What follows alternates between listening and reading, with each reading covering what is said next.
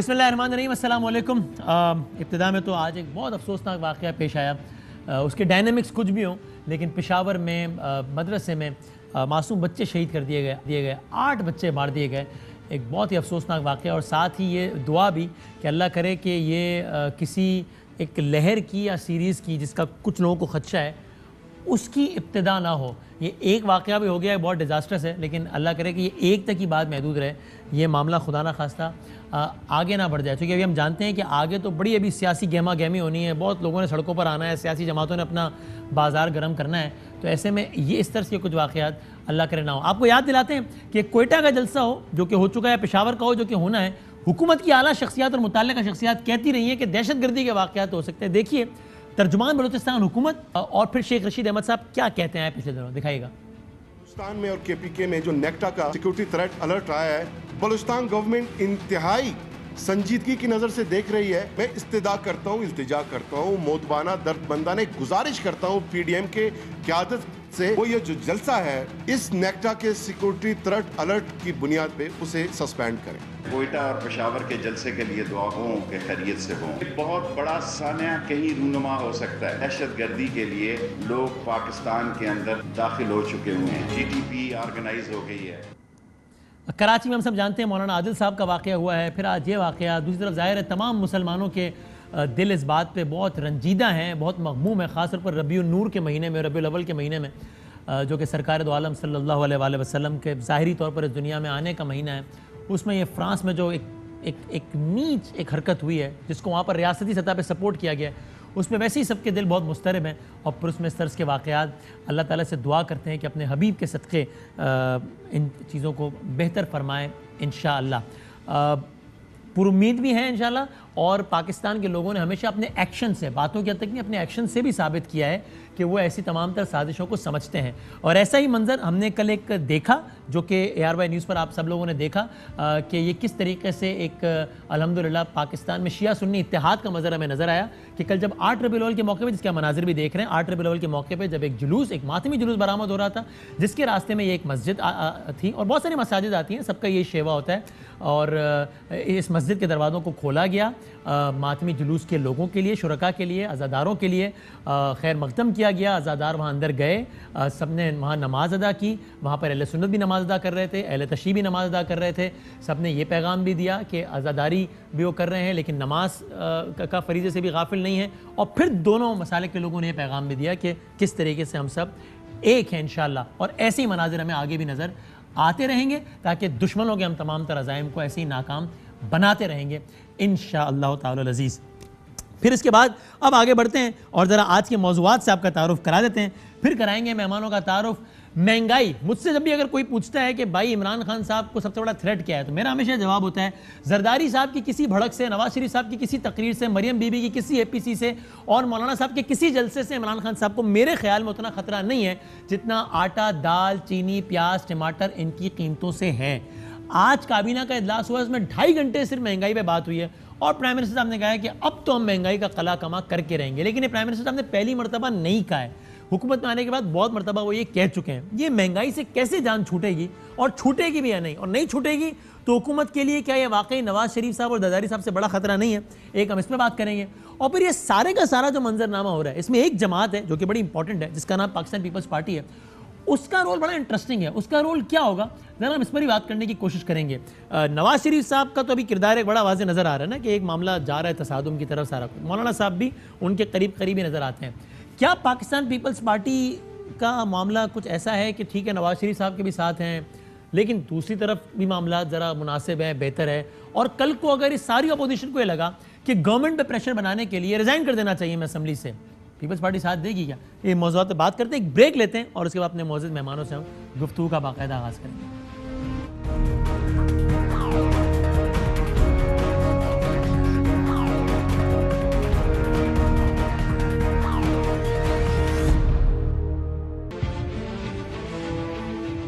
خوش آمدید جی، آج ہمارے ساتھ تجزیے کے لیے جناب کاشف عباسی صاحب تشریف فرمائے، پروگرام آف دا ریکارڈ کے ہوسٹ، بہت شکریہ سر۔ پاکستان پیپلز پارٹی کی MNA سینٹرل انفارمیشن سیکرٹری ہیں نفیسہ شاہ صاحبہ. بہت شکریہ madam, thank you very much. اور عثمان ڈار صاحب اسپیشل اسسٹنٹ ہیں وزیر اعظم پاکستان کے یوتھ افیئرس پہ. عثمان بھائی بہت بہت شکریہ, تھینک یو ویری مچ. میں ذرا کوئکلی باقی تو مہمانوں کی اجازت ذرا کاشف صاحب سے اگر اسٹارٹ کروں. سر پہلے تو ذرا بتا دینا کیسے آپ کے خیال میں یہ ابھی ہم اکتوبر کے اینڈ میں بیٹھے ہیں, کچھ ایسا ہونے لگا ہے آپ کے خیال میں اگلے 2 ماہ میں کہ بندہ کہے یار یہ کیا ہو گیا یار, یہ تو سوچا ہی نہیں تھا؟ آپ کو ایسا کچھ لگتا ہے, یا بس یہ ادھر سے ذرا جلسے تیز ہو جائیں گے, ادھر سے پریس کانفرنس سے تیز ہو جائیں گی, بٹ ٹھیک ہے بس یہی ہے. دیکھیں پاکستان کی پالیٹکس میں وسیم کچھ بھی کہنا ہاں اپنے آپ کو رسوا کرانے والی بات ہے کہ آپ کہیں گے کچھ اور ہوگا کچھ, کیونکہ Pakistan is a very unpredictable country politically. لیکن اگر اس سوال کا مجھے جواب زبردستی آپ یہاں بندوق رکھیں کہیں دیں تو تاریخ تو یہ بتاتی ہے کہ عموماً اس طرح کی چیزوں سے ہوا کچھ نہیں. صحیح ہے. ایٹ لیسٹ پچھلے 15-20 سال میں پیپلز پارٹی کی گورنمنٹ بھی تھی, ادھر بھی لانگ مارچز ہوئے, عمران خان صاحب نے دھرنا بھی دیا, پیناما بھی آیا, گورنمنٹس نہیں گری. سو ہسٹری تو آپ کو یہ بتاتا. ابھی بھی آپ کے خیال میں ایسا ہی ہوگا؟ لیکن اس دفعہ ایک چیز جو فرق ہے ماضی کے مقابلے میں وہ یہ ہے کہ ایک تمام کی تمام اپوزیشن اس وقت ایک کنٹینر پہ چڑھی ہے, جبکہ 2014 میں صرف عمران خان صاحب اکیلے تھے اور باقی اپوزیشن جمع حکومت اکٹھے کھڑے تھے دوسری سائڈ پہ. دوسرا, جس قسم کی گفتگو ہو رہی ہے, جس قسم کی باتیں ہو رہی ہیں, جو تو اصولی باتیں ہیں اسے تو سب اگری کرتے ہیں, ٹھیک ہے, اسے اختلاف کوئی نہیں کرتا. کہ جو کانسٹیٹیوشنلزم کی, آئین کی, اداروں کی, حدود کی بات کی جاتی ہے اسے تو کوئی ڈس ایگری نہیں کرتا, بلکہ سب کہیں گے کہ یہ بالکل ٹھیک درست بات ہے, پاکستان ایسے ہی چلنا چاہیے. صحیح ہے. لیکن اب پولیٹیکل پارٹیز کے اپنے بھی فیصلے ہیں کہ کون کس حد تک جانا چاہتا ہے کسی بھی ایک نیریٹو یا بیانیے کے ساتھ. میاں صاحب اس بیانیے میں بہت آگے چلے گئے ہیں, جبکہ پیپلز پارٹی اور ایون مولانا فضل الرحمان تھوڑا سا پوزیشن اپنی ایڈجسٹ کرتے رہتے ہیں ساتھ ساتھ. کئی جگہ کہہ جاتے تھے ہمارا تو افراد کے ساتھ کوئی مسئلہ نہیں, بلکہ مولانا صاحب نے آج بڑی مزیدار بات کی. انہوں نے کہا نواز شریف کو ہم قابو کریں گے, ہم سمجھائیں گے کہ ایسی باتیں نہ کریں. آپ ذرا مہربانی کریں, باقی نواز شریف کو ہم سمجھائیں گے. یہ کہا ہے مولانا صاحب نے. مطلب ہماری بات مان لیں تو میاں صاحب ٹھیک ہو جائیں گے.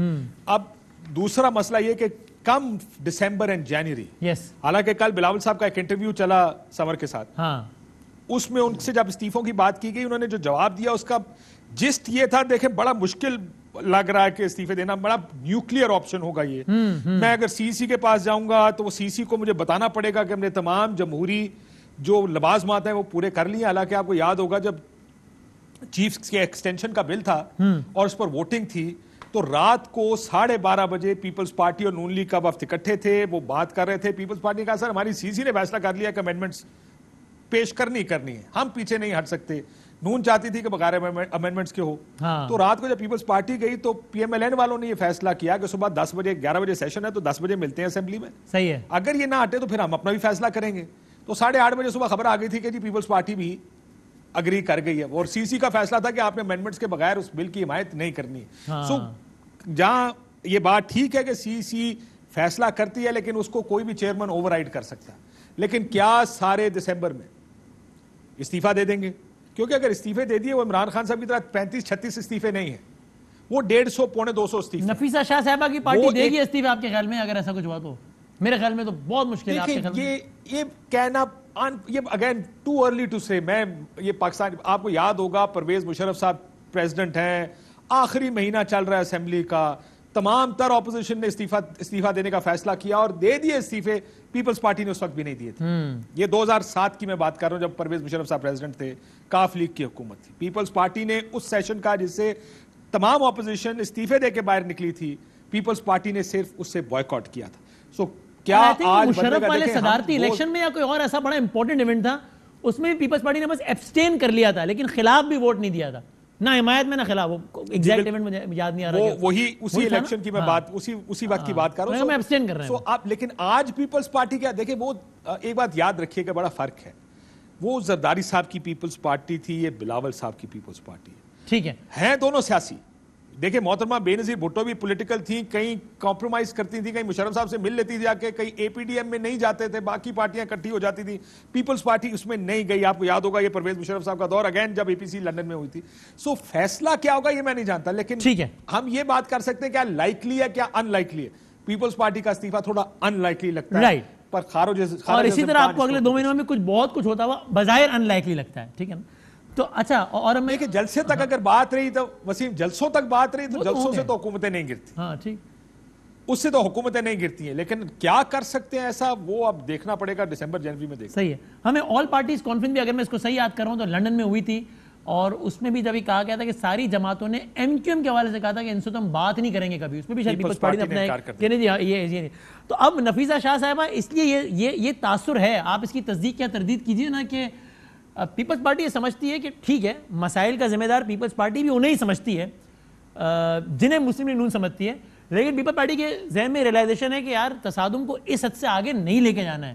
نواز شریف صاحب بہت آگے لے گئے اس لڑائی کو, اور وہاں تک ہم نے نہیں لے کے جانا ہے, اور یہی چیز الٹیمیٹلی پیپلز پارٹی کے فائدے میں بھی جا سکتی ہے. ایسا کچھ ہے, یا میں سوال اگر اسپیسیفک فریم کر لوں, جو نواز شریف صاحب کہہ رہے ہیں آپ ہر بار اس کے ساتھ کھڑے ہیں کہ بالکل ٹھیک کہہ رہے ہیں, بالکل صحیح ساتھ کھڑے ہیں؟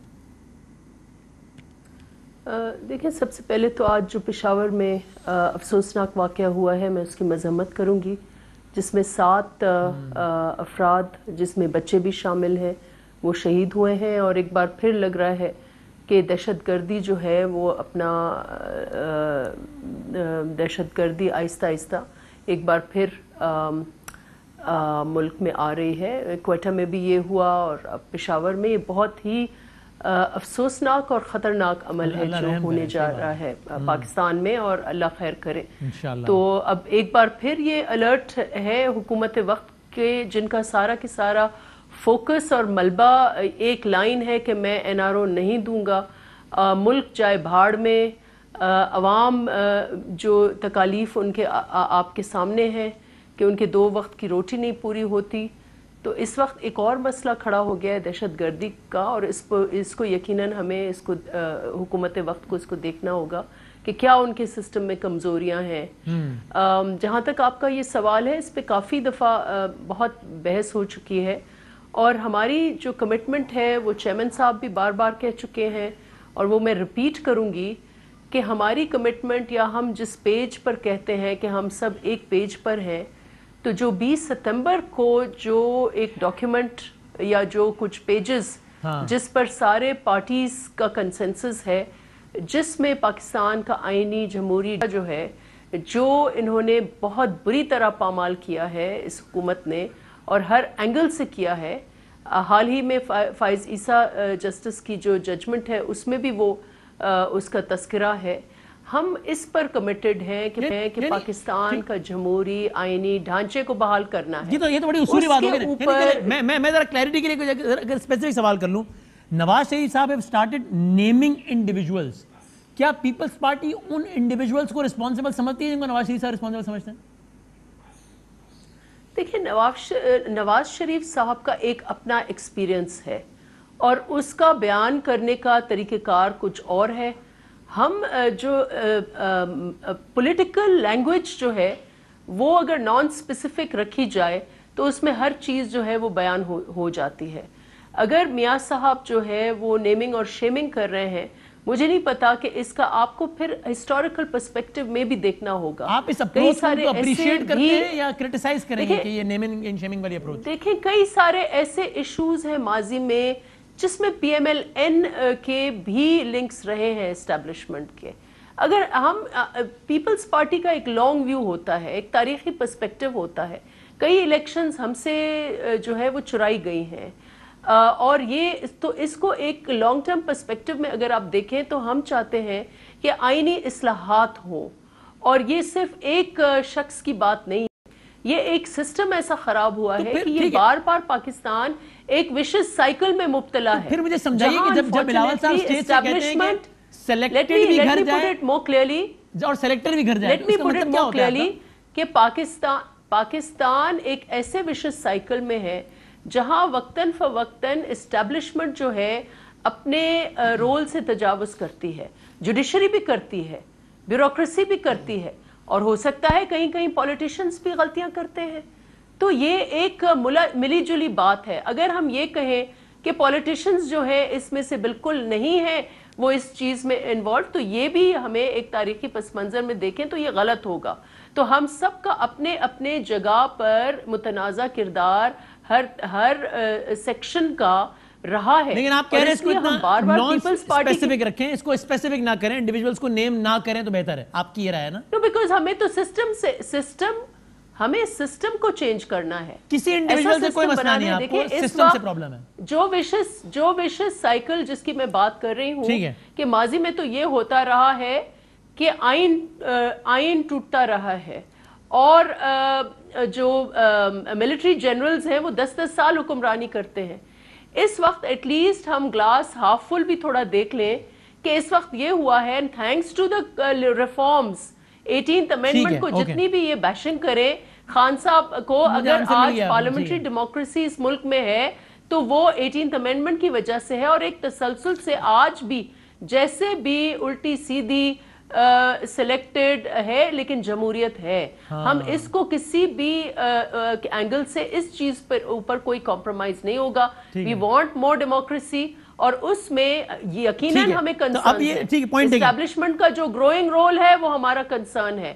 پارلیمنٹ کے اندر بھی یہ بالکل خواجہ صاحب نے بھی بات کی کہ سینئر پولیٹیشین اور پیپلز پارٹی کی اتنی سینئر رہنما کی بات سے اور پیپلز پارٹی کے اور لوگوں کی بات سے یہ اخذ کرتا ہوں میں, میرا یہ تجزیہ ہے, غلط کیسے ہوتا ہے, پھر میں آگے جا کے کاشف بھائی سے ہی پوچھوں گا کہ بہرحال اپروچ میں فرق بڑا واضح ہوتا جا رہا ہے پی ایم ایل این کی اور پیپلز پارٹی کی, یہ بڑا ایک نظر آ رہا ہے اور یہ مزید نظر آئے گا, مجھے ایسا لگتا ہے. نہیں ٹھیک ہے, میں اس میں ذرا آگے بھی آؤں گا. عثمان ڈار صاحب, آپ لوگ ہمیشہ کہتے ہیں یہ ایک ہی سکے کے دو رخ ہیں اور یہ وہ, لیکن اب آپ کو بھی لگتا ہے کہ جب بات آگے بڑھے گی تو تھوڑی سی رائے جدا ہو جائیں گی پیپلز پارٹی اور نون کی؟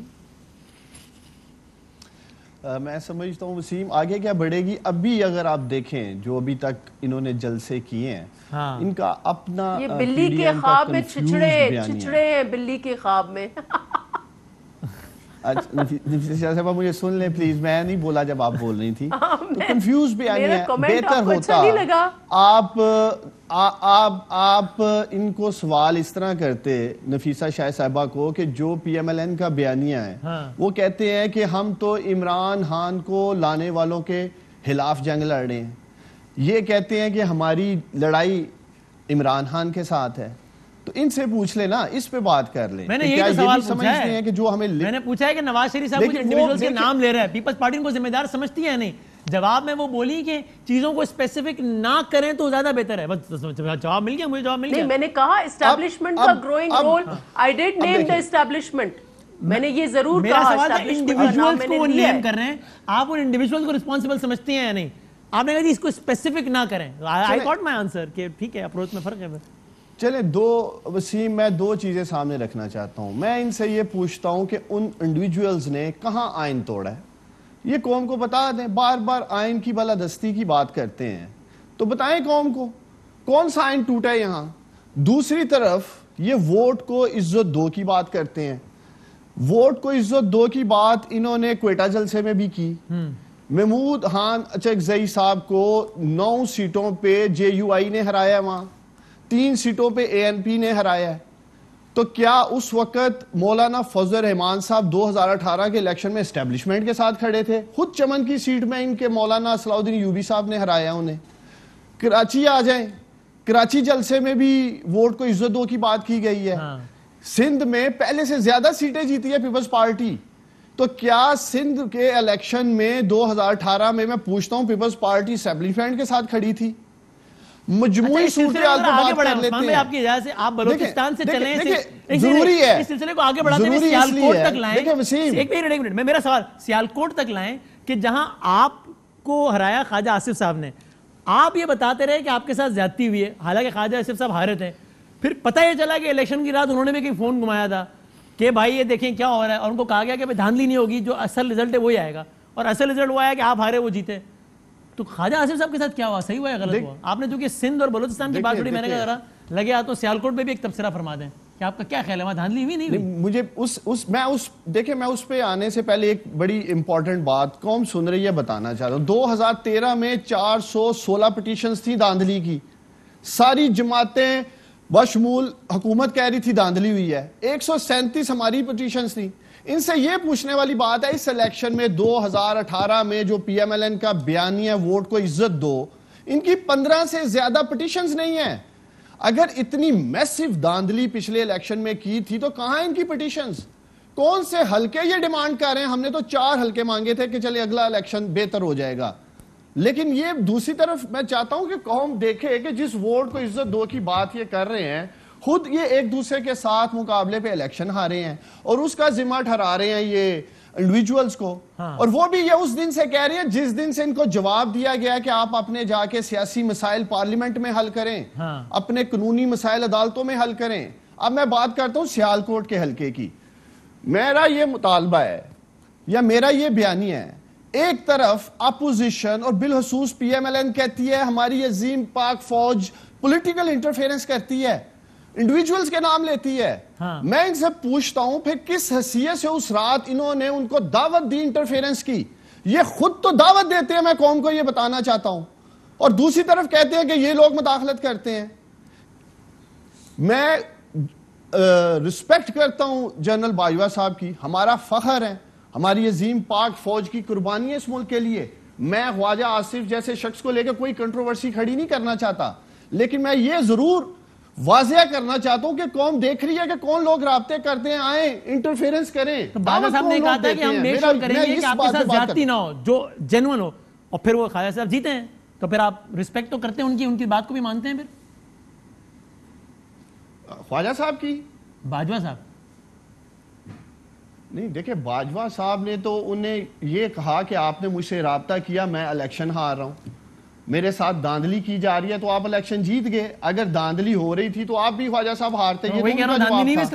میرا جو الیکشن کے حوالے سے دیکھیں, میرا جو الیکشن کے حوالے سے کلیم ہے کہ میری ری کاؤنٹ نہیں کی گئی.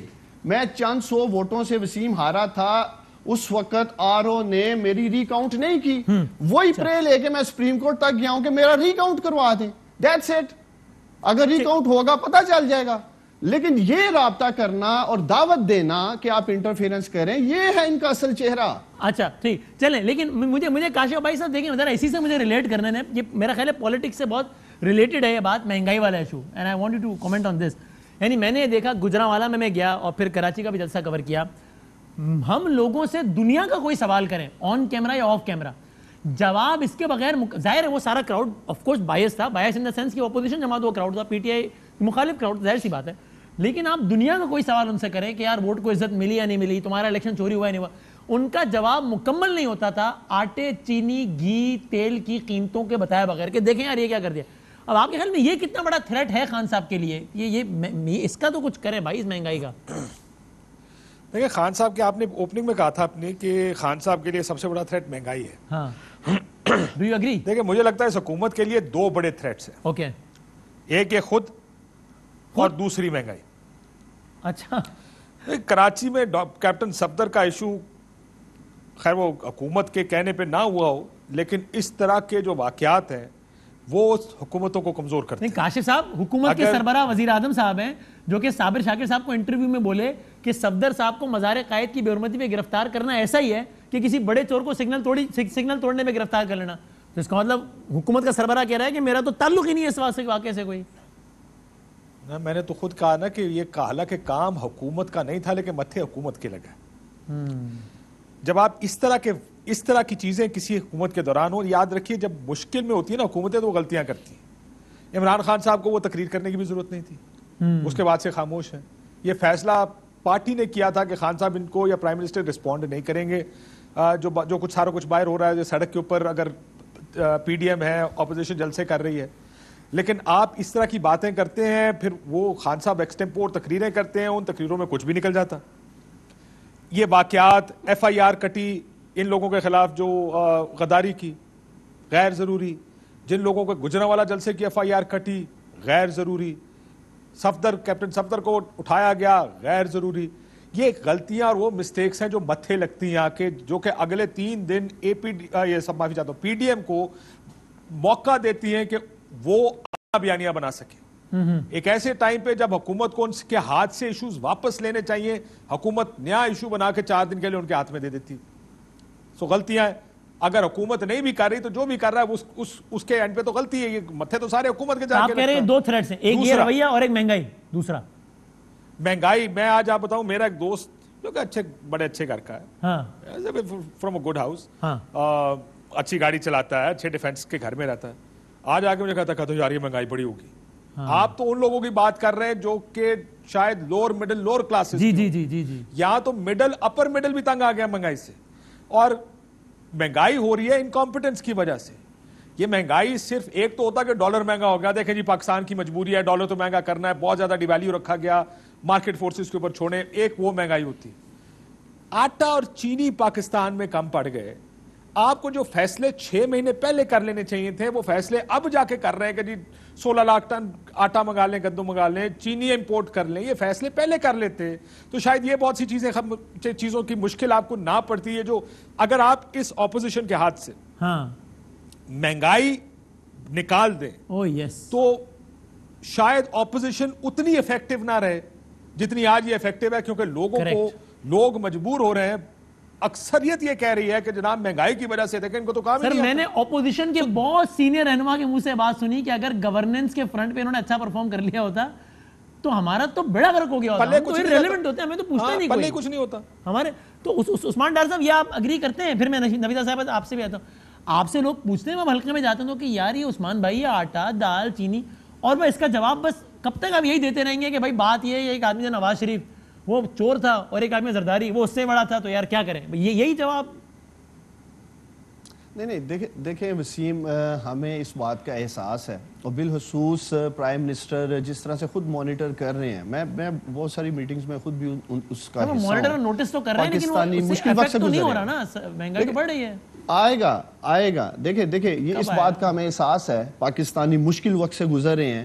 دسمبر کے بعد اپوزیشن کے پاس مہنگائی کا ٹاپک نہیں رہے گا. یہ کسی اور چیز پہ بات ضرور کریں گے انشاءاللہ تعالیٰ. آپ دیکھیں گے دسمبر کے بعد اپوزیشن مہنگائی پہ بات نہیں کر رہی ہوگی. دیکھیں لیکن آپ کو یاد ہے نا سال کے شروع میں خان صاحب کہہ چکے ہیں کہ اگلے 2 مہینے میں مہنگائی کا ایشو ختم ہو جائے گا. دیکھیں جو بات ابھی کاشف نے کی ہے, چلے میں سمجھتا ہوں کسی حد تک آٹا چینی کی بہتر پلاننگ کی جا سکتی تھی. یہ بھی ایک حقیقت ہے کرونا کے بعد آپ پوری دنیا میں دیکھیں نا, خطے میں دیکھیں مجموعی طور پہ مہنگائی ہوئی ہے. پچھلے 6 ماہ میں انٹرنیشنل مارکیٹ میں 60% چینی کی قیمت اوپر گئی ہے, 60%. اسی طرح 35% انٹرنیشنل مارکیٹ میں ویٹ کی قیمت اوپر گئی ہے, 15% آپ کا پام آئل مہنگا ہوا ہے. خطے میں مجموعی طور پہ بھی مہنگائی ہے. اس کے علاوہ پاکستان میں بارشیں, سیلاب, لوکسٹ, ٹڈی دل, فصلیں تباہ ہوئیں. ایشین ڈیولپمنٹ بینک کی رپورٹ اٹھا کے دیکھیں آپ وسیم, 500 ارب سے زیادہ آپ کے ایگریکلچر سیکٹر کو نقصان بھی ہوا ہے. ان چیلنجز کو کلوز کرنے لگا ہوں. کامنٹ نہیں ہے, سوال کیونکہ ہمیں بھی سوال پوچھنے کی عادت ہے. ان سے یہ پوچھیں کہ کیا ابھی جو چینی امپورٹ کی جو کہ آج کی تاریخ میں یعنی 27 اکتوبر کو پاکستان پہنچی تھی, بہرحال 75,000 یا لاکھ ٹن ابھی آنی ہے اور مزید آئے گی, کیا یہ 74 تمام طرح انہوں نے کہا 60% چینی مہنگی ہوئی ہے تو 74 روپے پہ پڑی ہے آپ کو کہ نہیں پڑی ہے اس مہنگائی میں جا کے پاکستان میں 100 روپے کی ملی یا 110 کی؟ دیکھیں انشاءاللہ تعالیٰ جو میں رپورٹس دیکھی ہیں میں نے 75 سے 80 روپے میں انشاءاللہ تعالیٰ پڑے گی. جو جس ریٹ پہ بھی ہم نے بائنگ کیا, ہم کوئی مہنگی نہیں امپورٹ کرنے جا رہے. ادروائز منگانے کا فائدہ ہی کیا ہے اگر ہم نے بھی 100 یا 125 روپے میں لا کے بیچنی تھی.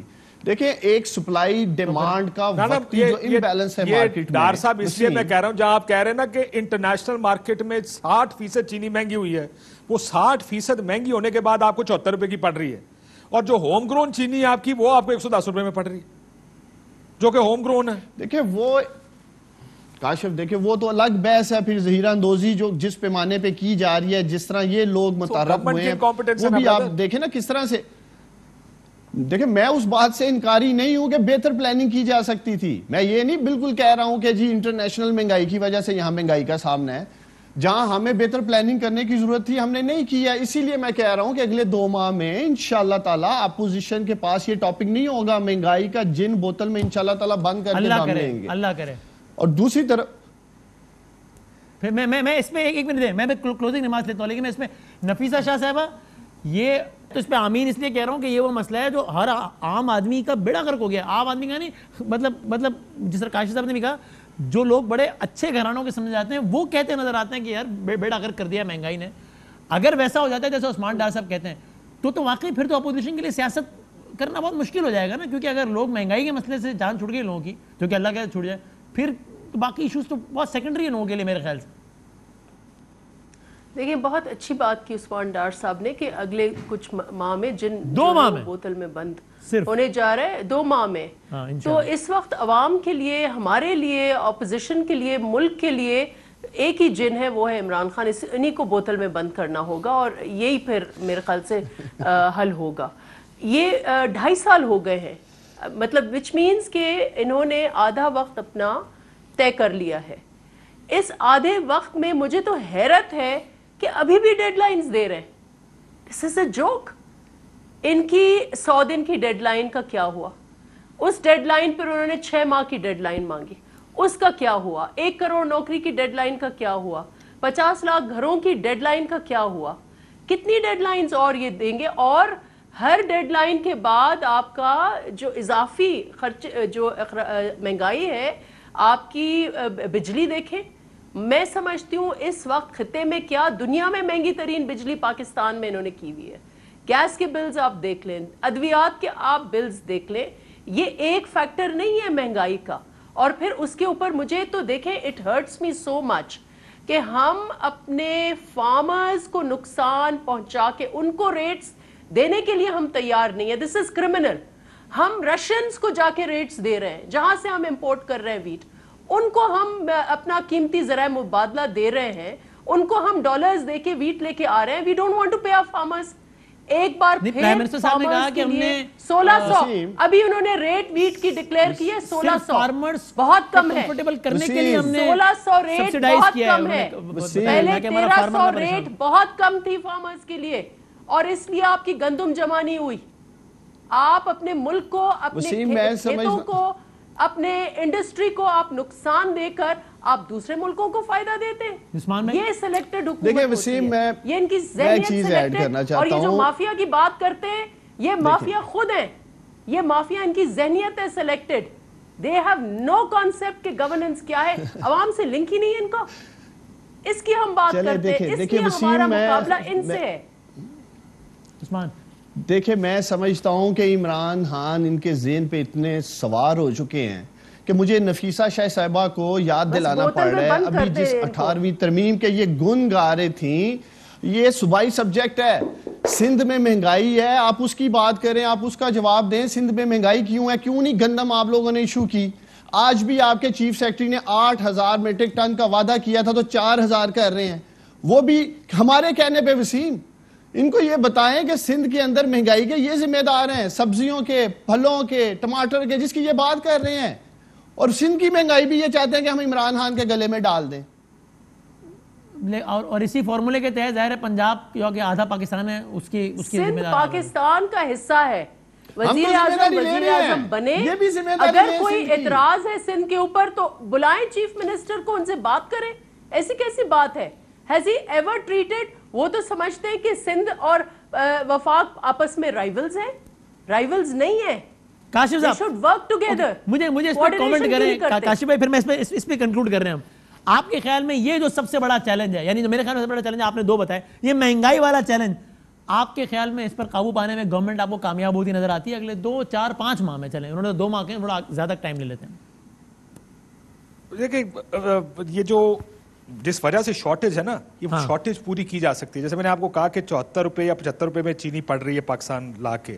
ایک ایسی مارکیٹ میں جہاں جیسے ڈار صاحب کہہ رہے ہیں کہ آلریڈی انٹرنیشنل مارکیٹ میں چینی کی پرائسز کافی اوپر ہے. یعنی اگر یہ اگلے سال نیچے گر گئی تو چینی کی پرائس ہم ہو سکتا ہے اگر آپ نے امپورٹ کرنی ہو تو کم پہ امپورٹ کریں. دوسری ایک چیز پتہ لگی کہ جو سٹاکس آپ کے پاس موجود تھے کاغذ پہ، اتنا سٹاک پاکستان میں تھا نہیں. کیا جا سکتا ہے. اب امپورٹ کریں گے نا، ایکسیس چینی آئے گی. جو لوگ چینی ریلیز یا گندم ریلیز یا آٹا ریلیز نہیں کر رہے تھے ان کو کرنی اس لیے پڑے گی کیونکہ انہیں پتا ہے کہ جب باہر سے امپورٹ آئے گی تو وہ ان کا آٹا جو وہ سوچ رہے ہیں کہ اس قیمت پہ جائے گا تو بیچیں گے، اس کی اویلیبلٹی آ جائے گا تو سر سے اب یہ اویلیبلٹی زیادہ ہو جائے گی، قیمتیں نیچے تھوڑی سی آ جائیں گی. سو یہ 2-4 چیزیں ہو سکتی ہیں. کچھ چیزیں ایسی ہیں کہ جس میں ایک چیز جو بار بار میں نے سنی ہے، بیوروکریٹ سے بات کریں، گورنمنٹ سے بات کریں، باقیوں سے بات کریں، کہ فوڈ کے اوپر ایک سینٹرل کوئی میکینزم ہونا چاہیے. کیونکہ کچھ چیزیں ایسی ہیں جو سندھ میں اگتی ہیں، پنجاب آتی ہیں، لیکن اگر وہاں پہ کراپ برا ہوا تو کسی کو پتا نہیں ہوتا کہ وہاں سے